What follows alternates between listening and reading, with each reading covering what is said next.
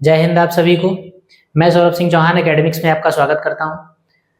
आइए शुरू करते हैं अपनी क्लास। लास्ट क्लास में हमने जहां पर छोड़ा था, हम क्वाड्रेटिक इक्वेशंस पढ़ रहे हैं। देखिए चैप्टर का नाम क्या था हमारे, जो हम पढ़ रहे हैं क्वाड्रेटिक इक्वेशन, यानी कि द्विघात समीकरण। द्विघात समीकरण में हमने एक क्लास कर ली थी, उसमें हमने द्विघात समीकरण की बेसिक कॉन्सेप्ट सीखी थी। आज हमको द्विघात समीकरण के सवालों का सॉल्यूशन सीखना है कि जो भी द्विघात समीकरण यानी क्वाड्रेटिक इक्वेशंस दे रखी होंगी उनको हम किस तरीके से सॉल्व करेंगे, क्या क्या मेथड्स हैं। मेथड्स के नाम आपको पिछली क्लास में बताए गए थे कि किस किस तरीके से आप क्वाड्रेटिक इक्वेशंस को सॉल्व करेंगे। 3 मेथड्स आपको बताए गए थे। सबसे पहली बात, क्वाड्रेटिक इक्वेशन जो थी उसका जनरल फॉर्म क्या था वो आप ध्यान में रखिएगा अपने, ax square plus bx plus c is equal to 0, या इसको ऐसे भी लिख सकते हैं ax square plus bx plus c is equal to 0, ऐसे भी लिख सकते हैं। ये द्विघात समीकरण का व्यापक रूप था, यानी क्वाड्रेटिक इक्वेशन का जनरल फॉर्म था। इसको सॉल्व करने के 3 मेथड्स आपको कल बताए गए थे। सबसे कल की जिन्होंने पहली क्लास नहीं देखी है वो पहली क्लास पहले देख लेंगे, उसके बाद दूसरी क्लास को देखेंगे। पहली क्लास में इस इक्वेशन को सॉल्व करने के 3 मेथड्स आपको बताए गए थे। एक मेथड आपको बताया गया था हिंदी में जिसको कहते हैं गुणनखंड करके। क्या बताया गया था? गुणनखंड करके। इंग्लिश में इसको क्या कहते थे? फैक्टराइजेशन। एक मेथड आपको बताया गया था पूर्ण वर्ग बनाकर, कंप्लीट स्क्वायर बना के, होल स्क्वायर बना के। और एक मेथड आपको बताया गया था फॉर्मूला यूज करके। कौन सा फॉर्मूला? श्रीधराचार्य का फॉर्मूला। ठीक है, 3 मेथड, मतलब इन मेथड्स को कैसे ऑपरेट करते हैं ये भी नहीं बताया गया था, इनके नाम बताए गए थे कि किसी भी क्वाड्रेटिक इक्वेशन को सॉल्व करने के 3 रास्ते आपके पास हैं, 3 तरीके आपके पास हैं, जिस पर आप चाहें उस पर जा सकते हैं। कभी कभी ऐसा होता है कि कोई रास्ता इसमें से नहीं लगता है, कोई मेथड अप्लाई नहीं होगा, तब आपको दूसरे पर इसलिए जाना पड़ेगा क्योंकि पहला मेथड अप्लाई नहीं हो पा रहा है। कुछ मेथड्स ऐसे हैं जो सब पर लगेंगे। कौन सा मेथड सब पर लगेगा, कौन सा मेथड सब पर नहीं लगेगा, ये चीजें आप जैसे जैसे सवाल लगाएंगे वैसे वैसे समझेंगे। फिलहाल क्वाड्रेटिक इक्वेशंस को सॉल्व करने के जो 3 मेथड्स हैं उनमें से पहला मेथड हम गुणनखंड यानी फैक्टराइजेशन मेथड को सीखने जा रहे हैं। फैक्टराइजेशन मेथड से सवालों को कैसे लगाया जाएगा ये हम देखेंगे सवालों से। एक सवाल लेंगे और उसी के माध्यम से हम सीखेंगे कि सवाल कैसे सॉल्व किए जाएं।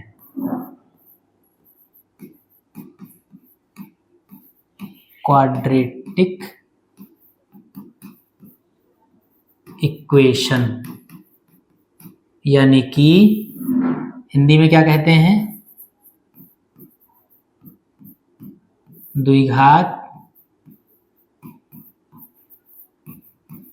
समीकरण।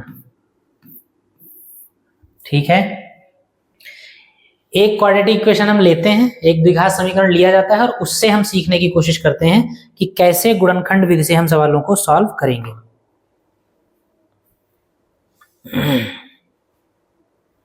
या देखिए, सवाल को लेने से पहले थोड़ा सा आप जनरली समझ लीजिए फिर सवाल लिया जाए। ये एक इक्वेशन हमने लिखी, ax square plus bx plus c is equal to 0, ऐसी कोई द्विघात समीकरण लिखी। अगले 2-3 मिनट बहुत ध्यान से समझिएगा और ध्यान से सुनिएगा बातों को, और जो बताया जाए उसको जरा मन में उतारने की कोशिश करिएगा। देखिए, ax square plus bx plus c ये द्विघात समीकरण है। इसमें a b c क्या है? x तो वेरिएबल है, चर राशि है। a b और c क्या है? a b और c ये हैं कांस्टेंट्स। कांस्टेंट्स मतलब अचर राशियां। अचर राशियां मतलब कोई भी गिनती या कोई भी अक्षर। जनरली आप गिनती मान के चलें, अक्षर होगा तो फिर देखा, अक्षर होगा तो उसके साथ भी गिनती होगी। तो ABC क्या है? वो जनरली कोई ना कोई संख्या होंगे, कोई गिनती होगी। ऐसा जब समीकरण आपको दिया गया होगा, आपसे कहा जाएगा इस समीकरण को सॉल्व करिए, तो सॉल्व करने का मतलब है x की वैल्यू निकालनी। क्या करना है? x की वैल्यू निकालनी है। और क्योंकि इस समीकरण में x की मैक्सिमम पावर कितनी है? समीकरण में x की मैक्सिमम पावर कितनी है? x की मैक्सिमम पावर है 2।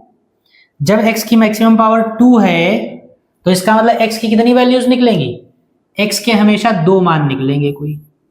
उन दो मानों को निकालने के लिए तीन तरीके आपके पास हैं। समीकरण के गुणनखंड करिए, या इसको पूर्ण वर्ग बनाइए, या इसमें श्रीधराचार्य का फॉर्मूला लगाइए। हम पहला मेथड पढ़ रहे हैं गुणनखंड विधि। तो गुणनखंड विधि से इस समीकरण को कैसे सॉल्व करेंगे उसको समझिए, ध्यान से समझिएगा। अगर फैक्टराइजेशन मेथड को आपको यूज करना है तो एक्स स्क्वायर का जो गुणांक है, एक्स स्क्वायर का गुणांक मतलब ए, एक्स स्क्वायर के साथ जो भी नंबर यूज किया गया है, एक्स स्क्वायर के साथ जो भी कोफिशिएंट है, गुणांक है, उसका और जो कांस्टेंट टर्म है पूरे सवाल में यानी कि अचर पद जो है उसका मल्टीप्लाई करेंगे आपस में। ध्यान से समझिएगा इसको। क्या करेंगे, एक्स स्क्वायर के कोफिशिएंट और कांस्टेंट टर्म यानी कि एक्स स्क्वायर के गुणांक और अचर पद, इन दोनों का आपस में क्या करेंगे, गुणा करेंगे। जब गुणा करेंगे तो हमको क्या मिल जाएगा, AC मिल जाएगा। भाई A और C का गुणा करेंगे AC मिल जाएगा, एक नई संख्या मिल जाएगी। अब ये जो गुणनफल आएगा AC जो आएगा, इसके हम गुणनखंड करेंगे। ठीक, गुणनखंड करने का मतलब फैक्टर करेंगे, इसको तोड़ेंगे, छोटे छोटे हिस्सों में तोड़ेंगे। जैसे 16 लिखा हो तो इसको क्या लिखेंगे, 2 गुणे, या 16 नहीं 15 लिख लीजिए। 20 लिखा हो मान लीजिए, क्या करेंगे, 2 गुणे 5, क्या हो गया, 20 एक संख्या थी, इसके गुणनखंड हो गए, छोटे छोटे टुकड़ों में टूट गया। 2 गुणे 5 होगा तो 20 ही, लेकिन गुणनखंड हो गए। तो इसी तरीके से A और C का गुणा करने पर जो भी नंबर मिलेगा उस नंबर के हम ऐसे फैक्टर करेंगे। ठीक, ऐसे फैक्टर करने के बाद अब हम इस समीकरण में चिन्हों को देखेंगे जरा ध्यान से। हम देखेंगे ऐसे फैक्टर्स में से ये जितने भी फैक्टर्स हैं, 2 लिखे हो, 3 हो, 4 हो, 5 हो, 6 हो, 7 हो, कितने भी फैक्टर्स हो, जितने भी फैक्टर्स लिखे होंगे उन फैक्टर्स को हम 2 हिस्सों में बांटेंगे, 2 भागों में बांटेंगे। मतलब आधे फैक्टर, मतलब कुछ फैक्टर्स एक पास और बचे हुए फैक्टर्स एक पास।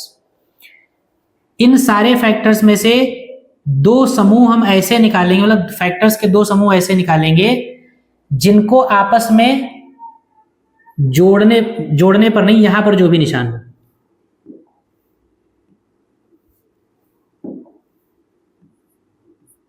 ठीक है। AC के गुणनखंड करेंगे, AC के गुणनखंडों में से 2 संख्याएं हम ऐसी निकालेंगे, गुणनखंडों को 2 ऐसे हिस्सों में बांटेंगे जिन हिस्सों से बनने वाली संख्याओं को आपस में ये वाला चिन्ह ऑपरेट करने पर ये वाली संख्या मिल जाए। ये आपको ध्यान रखना है। A और C का मल्टीप्लाई करने पर एक संख्या मिली, उस संख्या के हमने फैक्टर्स किए, उन फैक्टर्स को हमने 2 हिस्सों में बांटा।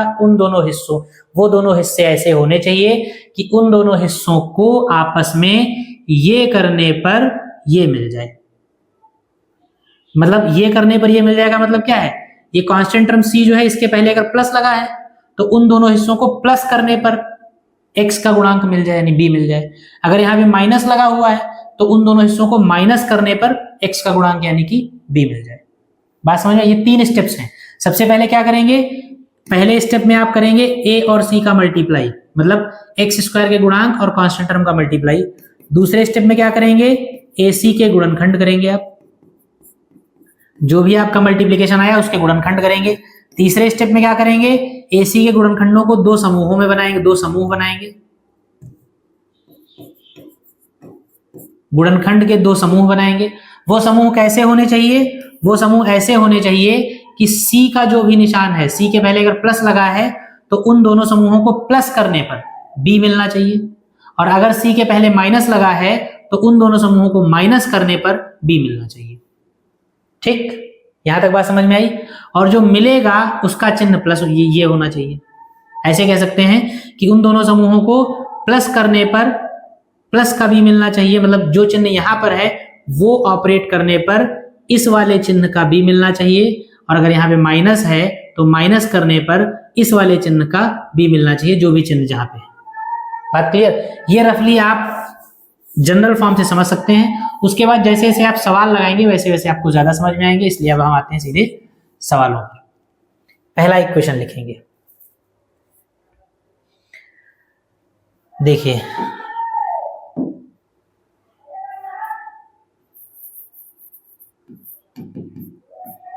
एक इक्वेशन आपके सामने लिखी हुई है, एक्स स्क्वायर नहीं 6 हाँ, x square minus 2x minus 3।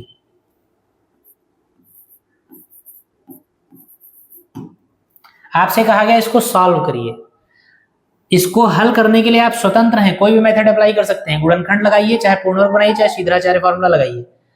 लेकिन अभी आप गुणनखंड मेथड सीख रहे हैं तो हम यहाँ पे इसको गुणनखंड से ही करेंगे, फैक्टराइजेशन से ही करेंगे। कैसे करेंगे वो देखिए। X square minus 2x plus 3 minus 3 sorry, क्या तरीका होता है बताइए, क्या तरीका होता है इसको लगाने का?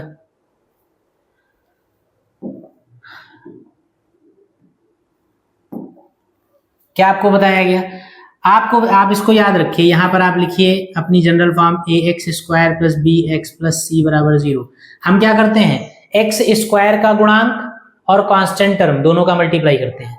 तो हम क्या करेंगे, यहाँ एक्स स्क्वायर का गुणांक क्या है, यहाँ रफ काम थोड़ा सा शुरुआत में कर लिया करिए ताकि सवाल गलत ना हो। एक्स स्क्वायर का गुणांक यहाँ a था तो हमने a को c से मल्टीप्लाई किया।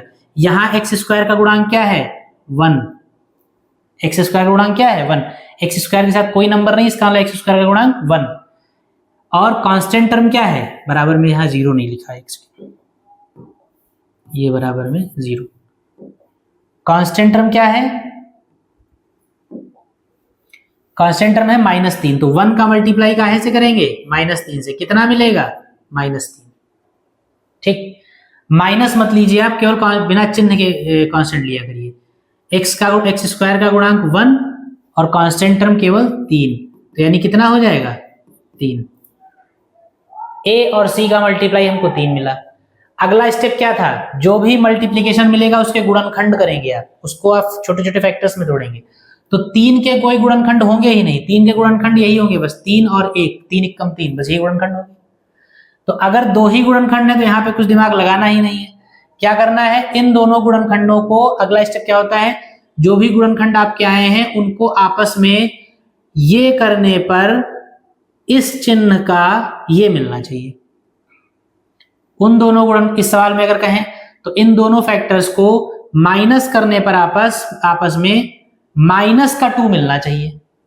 ठीक, तो देखिए 2 गुणनखंड है, एक 1 है और एक 3 है।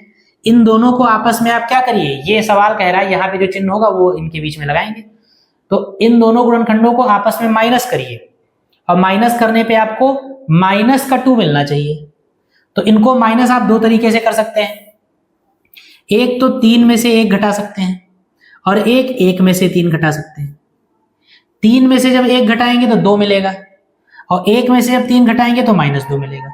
हमको क्या चाहिए देख लीजिए, दोनों जो 3 के जो भी गुणनखंड आए उनको आपस में माइनस करना है। तो माइनस तो हमने कर दिया, 2 तरीके से माइनस हो सकता है, दोनों तरीके से माइनस कर दिया। लेकिन हमको माइनस करने के बाद -2 मिलना चाहिए। तो जब इसमें से इसको घटाओगे तो +2 मिल रहा है, तो यानी ये यूज नहीं करेंगे। इसमें से इसको घटाएंगे, जब 1 - 3 करेंगे, जब 1 - 3 करेंगे तब हमको -2 मिलेगा। यानी 3 के गुणनखंडों को किस क्रम में घटाना है, 1 - 3 लिखना है। तो 1 - 3 करने पर हमको -2 मिलेगा। और ये जो माइनस होता है, या ये माइनस या प्लस जो भी किया जाता है, इसको उठाकर हम इसी -2 की जगह रख देते हैं। ठीक, देखिए कैसे करेंगे। एक्स स्क्वायर माइनस 2 की जगह हम क्या लिखेंगे, माइनस लगा रहा, और 2 की जगह क्या लिखेंगे 1 माइनस,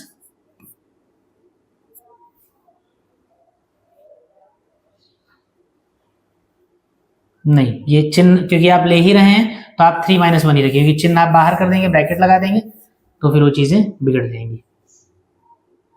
तो आप क्या करें, 1 - 3 की जगह, क्योंकि माइनस हमने ले लिया बाहर, 2 की जगह आप क्या लिखेंगे 3 - 1। जब आपने माइनस बाहर ले लिया तो 3 - 1 करेंगे तो +2 मिलेगा, और +2 बाहर ये माइनस वाले से माइनस हो जाएगा, और x - 3। यहां से जब इस लाइन पे आप आते हैं तो यहां से इस लाइन पे आने के बाद आपने सही किया है या नहीं किया है, यहीं पर आप चेक कर लीजिए, उसके बाद आगे सवाल में बढ़िए, ताकि आगे सवाल गलत ना हो। इसी ब्रैकेट को खोलकर सॉल्व कर लीजिए, अगर वापस यही मिल जाए सवाल तो इसका मतलब आपका सही है। अगर ब्रैकेट को देखिए, 3 में से 1 चला गया तो कितना बचा, 2 बचा। 3 में से 1 गया, भाई इस 2 की जगह हमने 3 - 1 लिख लिया था, क्योंकि 3 के गुणनखंड 3 एकम 3 थे। 3 - 1 लिखा, 2 आया, तो 3 में से 1 गया 2, साथ में ये x और ये माइनस, तो इसको पढ़िए क्या होगा, x स्क्वायर -2x - 3, वापस वही सवाल लिखा हुआ है। इसका मतलब जो काम आप कर रहे हैं वो सही है। इसका अगला स्टेप क्या होता है, ब्रैकेट खोल दीजिए, 3x और साथ में ये माइनस और माइनस, जब ब्रैकेट खुलेगा तो माइनस से माइनस टकराएगा, माइनस और minus plus 1 into x that is x, minus का 3 ये रहा बराबर 0।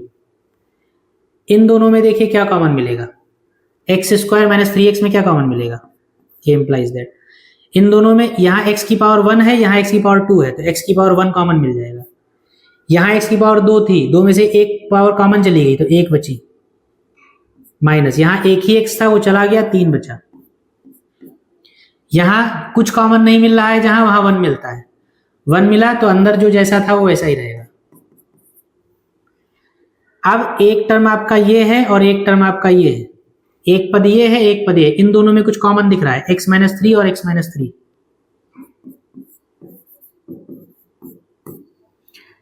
यहां से x माइनस 3 निकल गया, क्या छोड़ के गया, x, प्लस यहां से x माइनस 3 निकल गया, क्या छोड़ के गया, 1 बराबर 0। कल वाली क्लास में मैंने आपको बताया था कि कभी भी दो संख्याओं का मल्टीप्लिकेशन अगर 0 के बराबर हो तो उनमें से कम एक संख्या 0 के बराबर जरूर होती है, ऐसा बताया गया था। अगर दो संख्याएं a और b आपस में मल्टीप्लाई होकर 0 हो रही हैं तो इसका मतलब ये बात 100% श्योर है कि या तो इसमें से a 0 होगा या फिर b 0 होगा। अगर दोनों में से कोई 0 नहीं होगा तो इनका मल्टीप्लिकेशन कभी 0 हो ही नहीं सकता। यानी अगर दो संख्याएं 0 के बराबर, दो संख्याओं का मल्टीप्लिकेशन अगर 0 के बराबर है तो इनमें से या तो पहली संख्या 0 होगी या तो दूसरी संख्या 0 होगी। क्योंकि हमको मालूम नहीं है कि कौन सी संख्या 0 होगी तो हम बारी बारी से या लगाकर दोनों को 0 करेंगे, कहेंगे या तो क्योंकि इनका मल्टीप्लाई 0 है इसलिए या तो a बराबर 0 या फिर b बराबर 0। यहां पर भी वही बात है, एक नंबर ये हुआ और दूसरा नंबर ये हुआ, क्योंकि दोनों का मल्टीप्लाई 0 के बराबर है तो फिर या तो ये ब्रैकेट 0 होगा या फिर ये ब्रैकेट 0 होगा। दोनों में से जब एक 0 होगा तभी इनका मल्टीप्लिकेशन 0 होगा। तो एक बार इसको 0 के बराबर ले लीजिए, फिर या करके एक बार इसको 0 के बराबर ले लीजिए, x की दोनों वैल्यूज निकल आएंगी। तो लिखेंगे यदि if x minus 3 is equal to 0, अगर ये 0 होगा दिस इंप्लाइज x बराबर कितना 3, और दूसरी बार लिख लीजिए इफ यदि x प्लस 1 बराबर 0 तो x बराबर कितना -1। तो एक बार में सोल्यूशन लिख लीजिए, अतः x बराबर कितना हो गया, x की एक वैल्यू आ गई 3 और दूसरी वैल्यू आ गई -1। ये आपका आंसर हो गया। बात समझ में आ गई होगी यहां तक। ये गुणनखंड मेथड है। 2 4 5 सवाल हो सकता है, पहले सवाल में थोड़ा सा कंफ्यूज हो रहा हूं कि यहां से ये कैसे होगा, एक 2 4 5 सवाल लगाएंगे तब समझ में आएगा। और एक चीज, जब भी आप किसी क्वाड्रेटिक इक्वेशन को सॉल्व करते हैं, सॉल्व करके x की जो वैल्यूज आती हैं वो वैल्यूज आपकी सही है या नहीं है, ये भी आप यहीं पर चेक कर सकते हैं। मतलब एग्जाम में अगर आप क्वेश्चन लगा के आए तो वहां से एश्योर होकर आए कि आपका सवाल सही है, उसके नंबर आपको मिलेंगे या नहीं मिलेंगे। x की जो भी वैल्यूज आई हैं वो बारी बारी से इसमें रख के देख लीजिए। अगर x की वैल्यू यहाँ पर रखने पर इक्वेशन को सेटिस्फाई करती है, वैल्यू संतुष्ट करती है, तो आपका सवाल सही। x का पहला मान रखिए लेफ्ट हैंड साइड में, राइट हैंड साइड में जाना चाहिए। उसके बाद x का दूसरा मान रखिए, फिर भी राइट हैंड साइड में जाना चाहिए। देखिए x बराबर 3 अगर आप यहाँ रखें तो क्या आएगा, 3 का स्क्वायर 9 माइनस 3 यहाँ रखेंगे 3 दूनी 6 माइनस, और ये 3, ये कितना हो गया 9 minus 6 3 9, 9 minus 9 0, right hand side मिल गया, यानी पहला आंसर सही। x की दूसरी वैल्यू रख के देख लीजिए -1, x की जगह -1 रखेंगे क्या आएगा, -1 का स्क्वायर प्लस 1, यहाँ -1 रखेंगे माइनस माइनस प्लस यानी कि प्लस का 2 और ये माइनस का 3, 2 और 1 3 -3 बराबर 0। ये भी सेटिस्फाई कर रहा है, दोनों वैल्यू सेटिस्फाई कर रही है, इसका मतलब सवाल आपका बिल्कुल 100% सही है। ठीक, ये है आपका गुणनखंड मेथड यानी कि फैक्टराइजेशन मेथड। इसको लिखिए, अगला सवाल लगाइए।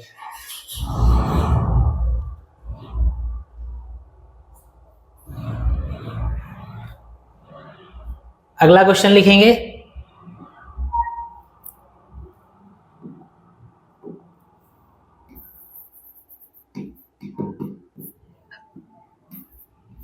6x square minus x minus 2 is equal to 0. Solve this equation by factorization method, या गुणनखंड विधि से इसको सॉल्व कीजिए। देखिए बड़ा आसान है।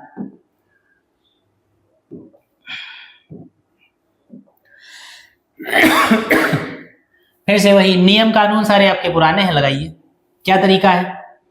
एक्स स्क्वायर के गुणांक और कांस्टेंट टर्म की मल्टीप्लाई करते हैं, चिन्हों को छोड़कर, साइंस को छोड़कर। एक्स स्क्वायर का कोफिशिएंट है 6, कांस्टेंट टर्म है 2, मल्टीप्लाई आएगा 12। अब हम क्या करेंगे, 12 के ऐसे गुणनखंड, 12 के ऐसे फैक्टर्स आप सोचिए अपने दिमाग में, जिन फैक्टर्स के बीच में ये वाला चिन्ह लगाने पर रिजल्ट के तौर पे x का गुणांक मिले। x का गुणांक यहां पे कितना है? 1 है भाई। x के साथ वाला नंबर ही आपको चाहिए होता है, b x के साथ होता है। यहां x के साथ कुछ नहीं है तो क्या है? 1। तो कहने का मतलब 6 और 2 का मल्टीप्लाई जो आया है, उस मल्टीप्लिकेशन का फैक्टर्स करिए, 12 के ऐसे गुणनखंड करिए, 12 के ऐसे फैक्टर्स करिए जिन फैक्टर्स के बीच में आपस में ये वाला निशान लगाने पर, यानी कि माइनस करने पर आपको क्या मिले? 1 मिलना चाहिए। तो 12 को आप तोड़ के देखिए क्या 12 के ऐसे कोई 2 टुकड़े आप सोच सकते हैं जिनको गुणा करने पर 12 आए और माइनस करने पर 1 आ जाए? अगर सोच सकते हैं सोच के बता दीजिए, वरना यहां पर कर लिया करिए। जब तक नहीं सोच पाते तब तक करके देखिए। 12 के गुणनखंड ऐसे करिए, 2 से काटिए, 2 छंग 12, 2 तिहाई 6, 3 एकम 3, ऐसे होते हैं। यानी ये हो गया 2 गुणे 2 गुणे 3। अब आपका लक्ष्य क्या है? आपका टारगेट ये है कि इन तीन संख्याओं को ऐसे 2 जोड़ों में बदलिए, 2 पेयर्स में कन्वर्ट करिए, जिन दोनों पेयर्स को आपस में घटाने पर, यहां क्योंकि माइनस लगा हुआ है तो घटाने पर 1 मिले, हमको x का गुणांक मिले। तो बताइए, अगर मान लीजिए एक इसको ऐसे रख लें और इसको ऐसे रख लें, ऐसे जोड़े बना लें, तो ये 2 हो जाएगा, 6 हो जाएगा। 6 और 2 का डिफरेंस 1 नहीं होगा, तो यानी ये जोड़ा हमारा गलत नहीं बनेगा। अगर आप ऐसे बना लें तो देखिए, जोड़े बना के देख लीजिए, 2 और 2 को एक साथ कर लिए, 3 को अलग कर लिए, 2 दूनी कितना हो जाएगा? 4, और ये क्या हो जाएगा? 3, और इन दोनों का डिफरेंस करिए, कितना हो जाएगा? 1। और 4 और 3 का गुणा कितना हो जाएगा? 12। जैसे जैसे आप सवाल आगे लगाएंगे, आप ओरली गुणनखंड करने लगेंगे, लेकिन अभी फिलहाल आप लिख के कर लीजिए अगर आपको नहीं पता है। तरीका वही है, एक्स स्क्वायर के गुणांक और कांस्टेंट टर्म दोनों का मल्टीप्लाई करिए, मल्टीप्लिकेशन करने पर जो भी नंबर आपको मिले उसके ऐसे 2 फैक्टर्स सोचिए अपने दिमाग में, जिन फैक्टर्स में ये चिन्ह लगाने पर आपको x का गुणांक मिल जाए, जो भी सवाल में हो। तो 6 और 2 का मल्टीप्लाई 12 हुआ, 12 के ऐसे गुणनखंड 4 तिहाई 12 होगा, 4 में से 3 को घटाएंगे तो क्या बचेगा? 1, और x का गुणांक यहां पर कितना है? 1 ही है। यानी फैक्टर्स हमारे क्या हो गए? 4 - 3, और इसको आप हमेशा लिखते हैं ब्रैकेट में इन फैक्टर्स को। तो क्या तरीका क्या होता है? देखिए सॉल्यूशन, 6x² ऐसे ही लिखा जाता है, ये चिन्ह जो भी है ऐसे ही लगा लीजिए। फिर तरीका क्या होता है, जो भी फैक्टर्स आपने ढूंढे उनको उठा के ऐसे ब्रैकेट उनका लेकर आइए और ऐसे ही लिख दीजिए। 4 - 3 उठा के लेके आए और बाकी पर पूरा सवाल उतार दीजिए। माइनस हमने लगा ही लिया था, 4 - 3 लिख लिया, और उसके बाद आया आपका x और फिर -2 बराबर 0। x के साथ जो भी गिनती होगी उस गिनती की जगह पे ब्रैकेट आ जाता है। अगर x के साथ b होता है तो b की जगह ये ब्रैकेट आ जाता है। इस ब्रैकेट को आप सॉल्व करके देख लीजिए वापस क्या सवाल बन रहा है। 6x² वैसे ही, माइनस वैसे ही, 4 में से 3 गया, 1 बचा, 1 गुणे x हुआ तो वो x लिखा हुआ है, और -2। ठीक, बात समझ में आई? 4 तिहाई 12 और 4 में से 3 गया 1, जो कि x का गुणांक है। तो अब क्या तरीका है सॉल्व करने का? ब्रैकेट खोल दीजिए, 6x², देखिए x माइनस का 4x, माइनस और माइनस प्लस का 3x, माइनस का 2 = 0। कॉमन क्या मिलेगा? देखिए 2 में कॉमन ले लेते हैं हम, 6x² और 4x में से 6 और 4 में 2 कॉमन मिलेगा, x² और x में x कॉमन मिलेगा, 6 में से 2 चला गया, मतलब फैक्टर चला गया, 6 में से 2 तिहाई 6, और x² में से 1x गया, x बचा, माइनस 4 में से 2 गया तो 2 दूनी 4, और x पूरा चला गया, प्लस यहां दोनों में कुछ कॉमन नहीं है, तो कुछ कॉमन नहीं होता तो 1 लिखा जाता है, बाकी 3x - 2 लिखा रहा आपका = 0। यहां क्या हो गया? इन दोनों में क्या कॉमन होगा आपका, 3x माइनस टू, और 3x माइनस टू आपको कॉमन दिख रहा है, तो 3x माइनस टू आपने लिख लिया, और यहाँ पे 2x plus one is equal to 0, ये 2x प्लस वन बचा। फिर से वही बात है, ये एक नंबर है और ये दूसरा नंबर है, मतलब ये दो संख्याएं हैं, दो ब्रैकेट्स हैं, इनका मल्टीप्लीकेशन जो है 0 के बराबर है। इसका मतलब बारी बारी से एक एक को 0 करेंगे। क्या लिखेंगे, इफ यदि 3x minus two is equal to 0 implies that 3x is equal to कितना, 2, 2 उधर चला जाएगा, this implies x is equal to कितना, 2/3, x की एक वैल्यू आ गई। इसी तरीके से x की दूसरी वैल्यू देख लीजिए, दूसरे ब्रैकेट को कर लीजिए, इफ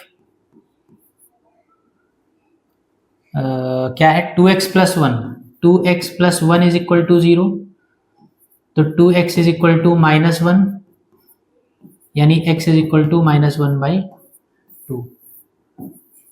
सो या अतः x के दो मान आपको मिल गए, एक 2/3 और एक -1/2। ये आपका आंसर हो गया। इस तरीके से आप गुणनखंड विधि के सवाल लगाएंगे, गुणनखंड मेथड इस तरीके से लगाया जाएगा। और कुछ सवाल लगा लिए जाएं ताकि और क्लियर हो जाए, फिर आप अपने आप लगाइएगा।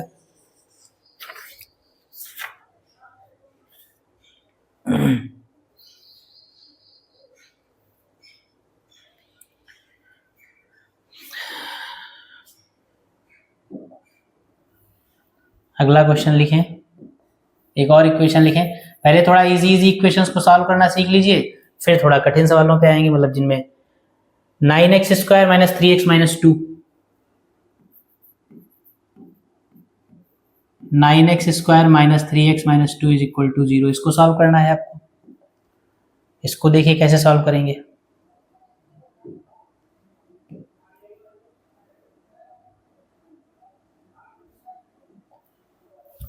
फिर वही बात है, क्यों, अगर आपको फैक्टराइजेशन मेथड लगाना है तो तरीका क्या है, एक्स स्क्वायर का गुणांक कोफिशिएंट,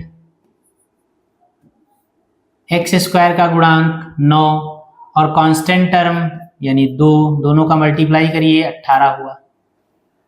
इस 18 के ऐसे फैक्टर्स करिए कि उन फैक्टर्स के बीच में ये वाला चिन्ह ऑपरेट करने पर, यानी माइनस ऑपरेट करने पर आपको क्या मिले, एक्स के साथ वाला नंबर मिले, यानी कि 3 मिले। यानी 18 के ऐसे गुणनखंड करिए जिनको आपस, जिनमें 18 के दो ऐसे गुणनखंड ज्ञात कीजिए जिनको आपस में मल्टीप्लाई करने पर क्या मिले, 3 मिले, एक्स के साथ जो भी नंबर लिखा हुआ है। तो ओरली अगर आप सोचें तो 18 के वो दो संख्याएं सोचिए जिनको गुणा करने पर 18 मिलता हो। 6 3 18 होता है कि नहीं होता, ऐसे भी आप सोच सकते हैं बिना लिखे। छोटी संख्याएं हो तो बिना लिखे आप गुणनखंड कर सकते हैं। बड़ी बड़ी संख्याएं, मान लीजिए ये बहुत बड़ी संख्या आ जाती तो आप लिख के गुणनखंड करिए। छोटी संख्याएं जिनके टेबल आपको आते हैं, जिनके पहाड़े आपको आते हैं, तो उनके वो सोच कर देखिए कि कौन से दो नंबर्स हैं जिनको आपस में मल्टीप्लाई कर, कौन से दो छोटे नंबर्स हैं जिनको आपस में मल्टीप्लाई करने पर ये नंबर मिल रहा है। अगर उनको मल्टीप्लाई करने पर 18 मिल रहा है तो उनको आपस में घटा कर देख लीजिए। अगर घटाने पर 3 मिल रहा है तो यही फैक्टर्स हो जाएंगे। अगर इनसे नहीं मिल रहा है तो कोई और दो नंबर सोचिए, जैसे 9 और 2, 9 दूनी 18 भी तो होता है। तो जो आपके मन में पहले आए उसी को आप माइनस करके, मतलब यहाँ पर जो भी माइनस या प्लस है माइनस करके देख लीजिए। मिल रहा है तो वही गुणनखंड, नहीं मिल रहा है तो दूसरा नंबर सोचिए। तो मान लीजिए सपोज मेरे मन में पहली बार 9 और 2 आया, हमको क्या करना, 18 के गुणनखंड, तो 9 और 2, 9 दूनी 18, तो 9 18 के गुणनखंड तो है 9 और 2, लेकिन क्या 9 और 2 को माइनस करने पर हमको 3 मिल रहा है? नहीं, 9 में से 2 घटाएंगे 7 मिलेगा, हमको चाहिए कितना, 3, यानी ये फैक्टर्स नहीं हो सकते। तो 18 के दूसरे गुणनखंड सोचिए, 6 और 3, 6 3 कितना, 18, 6 और 3 को मल्टीप्लाई करने पर सेम नंबर मिल रहा है, और 6 और 3 को माइनस करने पर हमको क्या मिल रहा है, 3, और 6 में से 3 को माइनस करने पर अगर 3 मिल रहा है, हमको 3 ही चाहिए यहाँ पर। तो यानी फैक्टर्स हमारे क्या हो जाएंगे, 6 और 3। कैसे लिखेंगे इसको, 9x स्क्वायर लिखा, माइनस लगाया, इस 3, इस ये जो नंबर होता है इसी की जगह पर आप अपने फैक्टर्स लेकर आते हैं। तो 3 की जगह पर हम क्या लिखेंगे, 6 माइनस 3, 6 में से 3 गया, 3 बचा, और 6 और 3 का मल्टीप्लाई 18 हो गया। ठीक, into X minus 2 is equal to 0। Bracket open करिए, 9x² minus 6x plus 3x minus 2 is equal to 0। Common ले लीजिए दो में, इसमें और इसमें। देखिए इसमें 9 और 6 में से कौन सा फैक्टर कॉमन जाएगा? 3।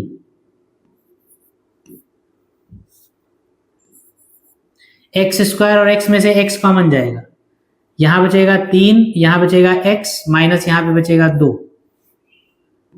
यहां कुछ कॉमन नहीं है, 1। 3x minus 2 is equal to 0।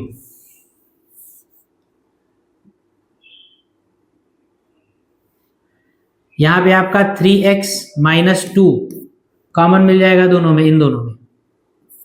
यहां पे 3x माइनस 2 निकल गया, 3x बचा। यहां 3x माइनस 2 निकल गया, 1 बचा, इज इक्वल टू 0। 2 का मल्टीप्लीकेशन 0 है, इसलिए बारी बारी से एक एक 0। If 3x minus 2 is equal to 0, यानी 3x इज इक्वल टू 2, यानी x इज इक्वल टू 2/3। एक बात। दूसरा, इफ दूसरा वाला 3x plus 1 is equal to 0, यानी 3x इज इक्वल टू -1, यानी x इज इक्वल टू -1/3। इन दोनों को एक साथ लिख लीजिए, x की दोनों वैल्यूज आ गई, ये आंसर हो गया। ऐसे लगा लेंगे सवाल, ठीक है। और देख लीजिए एक आध इक्वेशंस, सारी माइनस माइनस वाली आ रही है, एक कोई प्लस वाली ढूंढी जाए।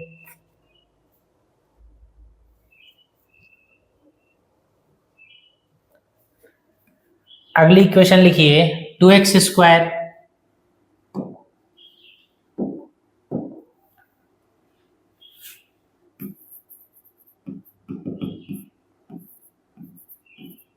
2x² minus 5x plus 3 is equal to 0।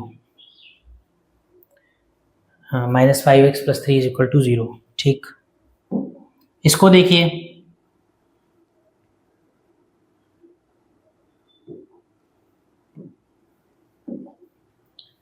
फिर से वही बात, सारा काम वही करना है आपको। सबसे पहले x² का गुणांक कितना है? 2। कांस्टेंट टर्म कितना है? 3। मल्टीप्लाई करने कितना आएगा? 6। इनका मल्टीप्लिकेशन 6 आ गया। 6 एक नंबर है जिसके ऐसे फैक्टर्स आपको ढूंढने हैं जिन फैक्टर्स को आपस में ये चिन्ह लगाने पर, अभी तक आप यहां पर माइनस था तो माइनस करने पर आपको चाहिए था। अब क्या है? 6 एक ऐसा नंबर है जिसके ऐसे फैक्टर्स करिए जिसको क्या करने पर? जोड़ने पर क्या मिले? 5 मिले। 6 के ऐसे गुणनखंड कि जोड़ने पर 5 मिले। अभी तक घटाने पर था क्योंकि यहां माइनस लग रहा था, इस बार प्लस है तो प्लस करने पर मिलना चाहिए। तो 6 के ऐसे गुणनखंड जिनको जोड़ने पर 5 मिले, तो 6 के गुणनखंड यही है अपने आप में। 2 और 3 को, या 3 और 2, 2 3 के या 3 2 के, कोई फर्क नहीं पड़ने वाला है। 2 और 3 को गुणा करने पर 6 मिलेगा और 2 और 3 को जोड़ दीजिएगा तो 2 + 3 कितना मिल जाएगा? 5 मिल जाएगा। तो फिर सवाल को सोल्यूशन करिए। 2x² माइनस ऐसे ही लगा रहता है, गिनती जो होती है उसकी जगह पर हम क्या लिख लेते हैं? फैक्टर्स। 3 + 2।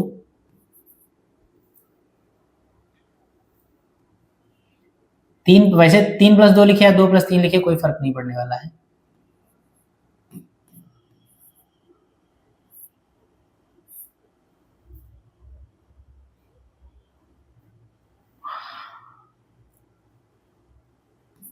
और +3, ठीक है। अरे x रह गया, यहां लिख लेते हैं x + 3 = 0। 6 के हमने गुणनखंड पता लगा लिए, 3 दूनी 6 और 3 और 2 5। ब्रैकेट ओपन करिए, 2x² minus 3x minus plus minus का 2x प्लस का 3 = 0। कॉमन ले लीजिए, पहले दो टर्म्स में क्या कॉमन मिलेगा? केवल x कॉमन मिलेगा। यहां क्या बचेगा? 2x minus 3। यहां माइनस तो लिखा है, कुछ नहीं कॉमन मिलेगा, 1 मिलेगा। माइनस क्योंकि ब्रैकेट के बाहर आया तो अंदर के चिन्ह बदल जाएंगे। यहाँ 2x बचेगा, प्लस का 3 माइनस का 3 हो जाएगा।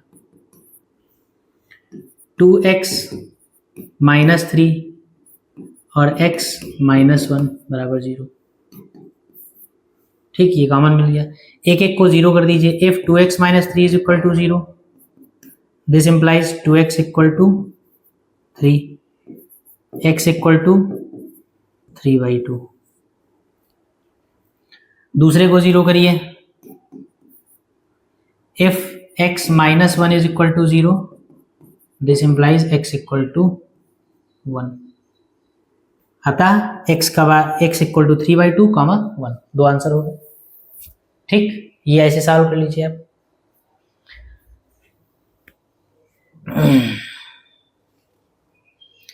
अगला लगाइए।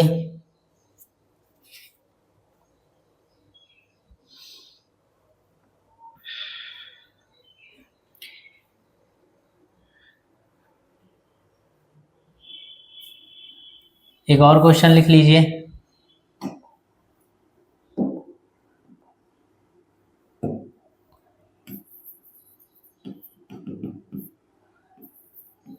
Eight X square minus 22x minus 21 is equal to 0। देखिए इसमें संख्याएं थोड़ी बड़ी होंगी। 8x स्क्वायर माइनस 22x, ठीक, 8x स्क्वायर minus 22x minus 21 equal to 0, इसको लगाना है आपको। काम फिर से आपको वही करना है। एक्स स्क्वायर का जो भी गुणांक है 8, इसको आप मल्टीप्लाई किससे करिए? कांस्टेंट से, यानी 21 से। देखिए क्या आएगा मल्टीप्लाई करने पर। 8 एकम 8 और 8 दूनी 16, 168 आया। इस 168 के ऐसे फैक्टर्स करिए कि उन फैक्टर्स को जब आप दो समूहों में बांटें तो उन दोनों समूहों को माइनस करने पर आपस में क्या मिलना चाहिए? 22। अब आपको लिख के फैक्टर्स करने पड़ेंगे। देखिए 168 के फैक्टर्स क्या होंगे? 2 से काटिए आप, 2 अट्ठे 16, 2 चौको 8, 2 चक्कू 8, 2 दूनी 4, 2 दूनी 4, 2 एकम 2, 3 सत्ते 21, 7 एकम 7। ये आपके फैक्टर्स आ गए। अब इनके आप जोड़े बनाइए। फैक्टर्स आपके आए हैं 2 गुणे 2 गुणे 2 गुणे 3 गुणे 7। इन 5 संख्याओं को 2 ग्रुप्स में बांटिए। इनको जोड़े बना के ऐसे 2 नंबर ढूंढिए जिनको आपस में, यहां माइनस लगा है तो माइनस करने पर 22 मिले। देखिए, सोचिए।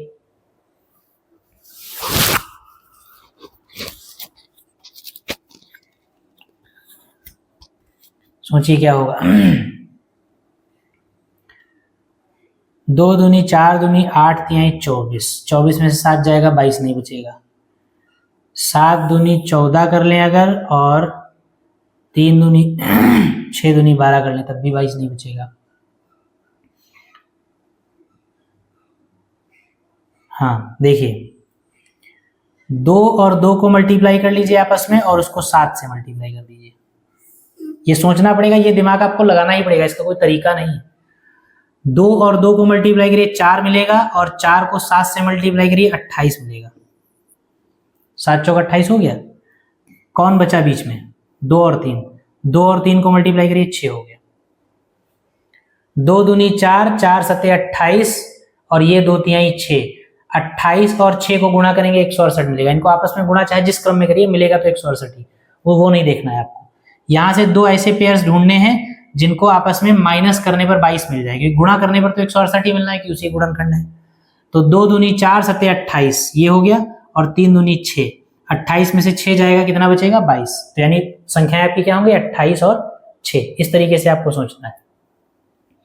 तो लिखिए 8x स्क्वायर माइनस 22 की जगह क्या लिखेंगे? संख्या की जगह x के साथ वाले नंबर की जगह वही दोनों संख्याएं उठा के लिख देते हैं। 28 में से 6 क्या? 22, और x माइनस 21 बराबर 0। हटा दीजिए ये। ठीक, अब आप इसको सॉल्व कर लीजिए ब्रैकेट खोल के, वैसे जैसे करते हैं अभी तक। 8x स्क्वायर minus 28x plus 6x minus 21 बराबर 0। ब्रैकेट खोल, कॉमन ले लीजिए इन दोनों में। क्या कॉमन मिलेगा? 8 और 28 में क्या कॉमन मिलेगा? 4 कॉमन मिल जाएगा, x कॉमन मिल जाएगा, ये 2 बचेगा और ये x होगा, माइनस 4 सत्ते 28 प्लस यहाँ कॉमन मिलेगा कितना 3, तो यहाँ 2 बचेगा, x बचेगा माइनस 7 बचेगा is equal to 0। 2x minus 7 और 4x plus 3 is equal to 0। एक एक को 0 करेंगे। If 2x minus 7 is equal to 0, this implies 2x is equal to 7, यानी x इक्वल टू 7/2। दूसरा, if 4x plus 3 is equal to 0, then 4x is equal to minus 3, x is equal to minus 3/4। ये दोनों answer हो गए। x की एक value आ गई और x की दूसरी वैल्यू आ गई। ठीक है, समझ में आ गया होगा? ठीक है।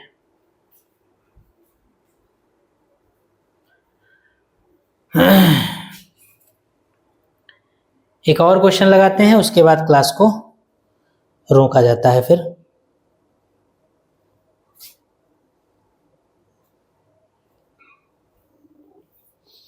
एक सवाल है, x² minus √3 plus 1x plus √3।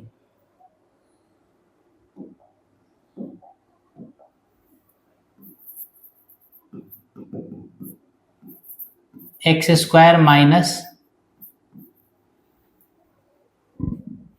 √3 plus 1x, √3 plus 1x plus √3 is equal to 0।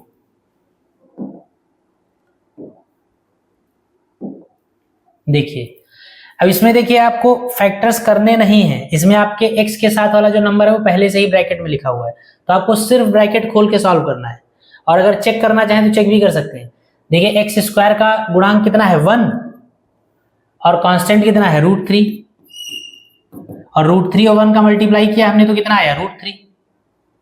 इन दोनों का मल्टीप्लाई करने पर जो भी नंबर आता है उसके ऐसे गुणनखंड किए जाते हैं जिनको जोड़ने पर, यहां पर अगर प्लस लगा है तो जोड़ने पर ये मिले। तो √3 का गुणा क्या होगा, √3 1 जा √3 और √3 और 1 को जोड़ोगे तो √3 प्लस 1। तो वो पहले से ही गुणनखंड करके लिखा हुआ है, सिर्फ आपको ब्रैकेट ओपन करना है।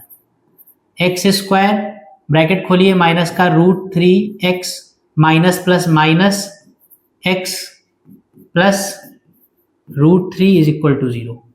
इन दोनों में आप कॉमन लीजिए, क्या मिलेगा, x कॉमन मिलेगा, क्या बचेगा x माइनस यहाँ पर क्या बचेगा √3 माइनस यहाँ 1 कॉमन मिलेगा, कुछ नहीं है तो x, और माइनस से बाहर है तो चिन्ह बदल जाएगा, इज इक्वल टू 0। तो x minus √3 x minus 1 is equal to 0। एक एक को बारी बारी 0 कर लीजिए। x minus √3 is equal to 0, तो इसका मतलब क्या है, x बराबर √3। दूसरा, x minus 1 is equal to 0, इसका मतलब x बराबर कितना 1। ये आपका आंसर हो गया। इस तरीके से जो इजी क्वेश्चंस हैं या जैसे भी हैं, गुणनखंड वाले सवाल आप अपनी बुक में ढूंढ के लगाइए। गुणनखंड पे एक एक्सरसाइज अभी और कल करेंगे, मतलब कुछ सवाल कल और करेंगे, उसके बाद अगले मेथड पे चलेंगे। कुछ अब अच्छे क्वेश्चंस होंगे, जो बड़े क्वेश्चंस होंगे जिसमें थोड़ा सा और सोचना होगा, वैसे सवाल हम कल करेंगे। आज की क्लास को यहीं पे रोका जाता है, तब तक आप अपने आप सवाल लगाइए। जय हिंद।